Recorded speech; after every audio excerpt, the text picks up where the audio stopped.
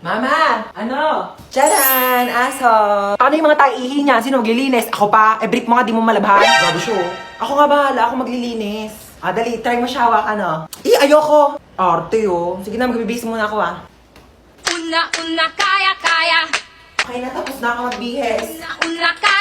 Ano ginagawa mo sa aso? Bakit? Bawal ba? Sabi mo ayaw mo. Kumuha ng pera dito sa wallet ko. Bumili ka ng lechon manok, ha? Sige po. Ananingo ko. Nakabili na ako ng lechon manok. Sige, lagay mo dun sa lamesa. Sige. Yes! Kakain na ako. Hoy, ano kakain ka na? Kakain ako lechon manok. Ulam yan ng aso, hindi yan sa'yo. Ha? Meron dyan tuyo, merong dilis, yan yung ulamin mo. Bakit mas masarap yung ulam ng aso? Bakit marunong ba yung maglinis ng bahay? Marunong ba yung maghugas ng plato? Marunong ba yung maglaba ng damit?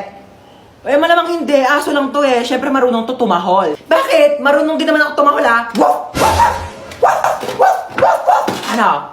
Sige, hati na kinaaso sa lechon manok. Oo.